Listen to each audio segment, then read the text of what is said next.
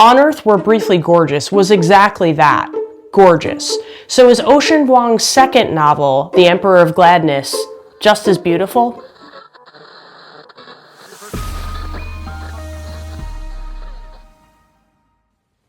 Hi, I'm Amanda, and this is Spineless Books, your one-stop, spoiler-free shop for all things audiobook. Now, I read On Earth We're Briefly Gorgeous a little over a year ago, and I really loved it. I thought it was a very deep and beautiful story, but it was also just some of the most stunning writing I have ever read or listened to. So when I heard about The Emperor of Gladness, I was extremely excited to pick that one up as well. To begin, let me say that these books could not be more different. Yes, they're by the same author, but On Earth We're Briefly Gorgeous feels like you're listening to a novel-length poem, whereas The Emperor of Gladness is a traditional novel. What makes it stand out, however, is that it has the same beautiful writing that On Earth We're Briefly Gorgeous has in the form of a traditional narrative structure. I was grabbed by The Emperor of Gladness immediately, and I was very surprised to find that I was reading the same author because truly it felt like it was a completely different writer. On Earth We're Briefly Gorgeous reads like a memoir, but The Emperor of Gladness is a traditional novel with grief and trauma and all kinds of beautiful storytelling, and it's very character-driven. I think there was a universal relatability to the character's circumstances that made this novel extremely unusual. Both books had great emotional resonance for me and really left a mark. I think if I had to give Ocean Vuong a trademark, it would be exactly that. His books are emotionally heavy and really deep, but their writing is just outstandingly gorgeous. I mean, On Earth We're Briefly Gorgeous, but also the writing is gorgeous. The novel follows Hai, a character who is facing personal loss and pressure. In fact, he's under so much pressure that in a panic after dropping out of college, he tells his unsuspecting mom that he's gotten into medical school. Now, his mom is an immigrant to America, and whether or not she understands the American education system is kind of to be determined in this story. But Hai basically says he's off to medical school and then just walks a couple of blocks away. He's intending to end his life standing on a bridge when Grazina enters the picture. Now, Grazina is a Lithuanian senior citizen with dementia who sees Hai standing on the bridge and basically halts his jump. She calls him over because she needs a favor, and essentially the rest is history. She recognizes a need in Hai, and she decides to offer him the opportunity to be her caretaker because she needs one, and she's at least aware enough to know that. I can't even tell you how much I love the relationship between these two characters, but that's not the only relationship in the book I loved. Grazina was hilarious and poignant, and how she and Hai develop over the story is worth it alone, and yet there's a ton more. In addition, Hai seeks out his cousin whose name is Sony, and Sony is working at a fast food restaurant with a very wild cast of characters.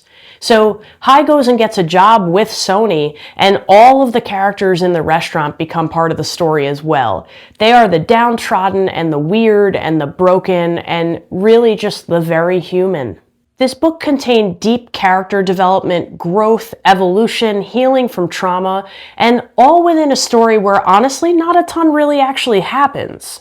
This is a very understated plot, and it doesn't really have a lot of traditional action, so you could say in a way hardly anything happens, yet everything happens. There's a huge emphasis on found family and supportive relationships, and it's through these relationships that Hai figures out how to come face to face with his own trauma and his own healing. And it doesn't seem like that's something Hai was ready to do until he had all of these people in his life. This book really focuses on the interconnectedness of people of different backgrounds. The characters at the restaurant, Grazina, Hai, Sony, they're all incredibly different people, yet they need each other.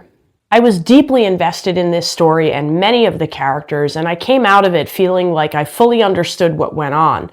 But interestingly enough, though I won't spoil and say what, there was something about this book that my book club deeply debated and was very polarized on. Now, it was interesting to me because I had only seen that situation one way, yet other members of the book club agreed that it could be a different way.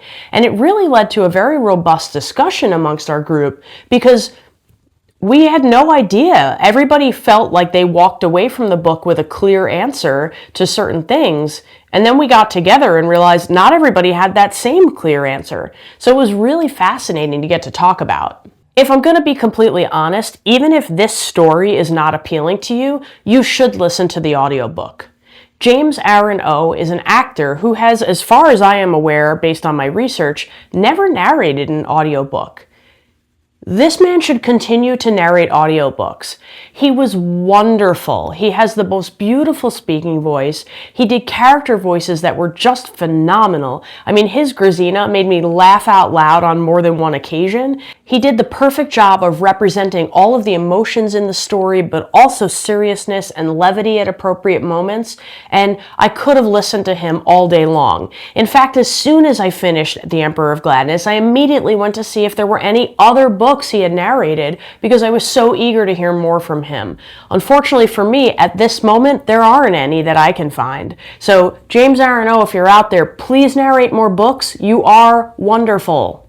I do think there's a good chance that James Aaron O is going to get noticed because The Emperor of Gladness has been a huge hit in 2025, and if anybody else is listening to the audiobook, there's no way to miss how great he is. If you've read On Earth We're Briefly Gorgeous, I think you should pick up The Emperor of Gladness.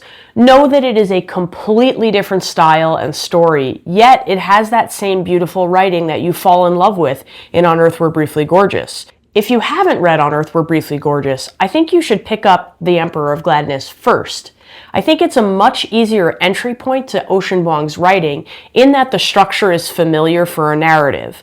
However, you will get a sense of just how beautifully this man can write, and maybe that will lead you to want to take on the slightly more difficult and challenging On Earth We're Briefly Gorgeous. This book for me was a 5-star read. I really enjoyed it. I think it was very different and unusual, and I just felt like I was in a world with characters where I felt fully immersed. Now, I will say that I am excited to see what Ocean Vuong does next, because with 2 completely different entries into the novel writing world, I wonder what the third one will be. Will he lean more towards one system or another, or will he do something completely different and surprise us all again? If you've read either one of these books, please let me know in the comments. I'd love to hear what you think. And let me know if there's anything that you've read that reminds you of either of these, because I think they're both really unique. But remember, you might love what I hate and hate what I love, so make your own opinion. But thanks for listening to mine. If you're watching when this video first comes out, I hope you have a wonderful Thanksgiving, and I'll see you next time.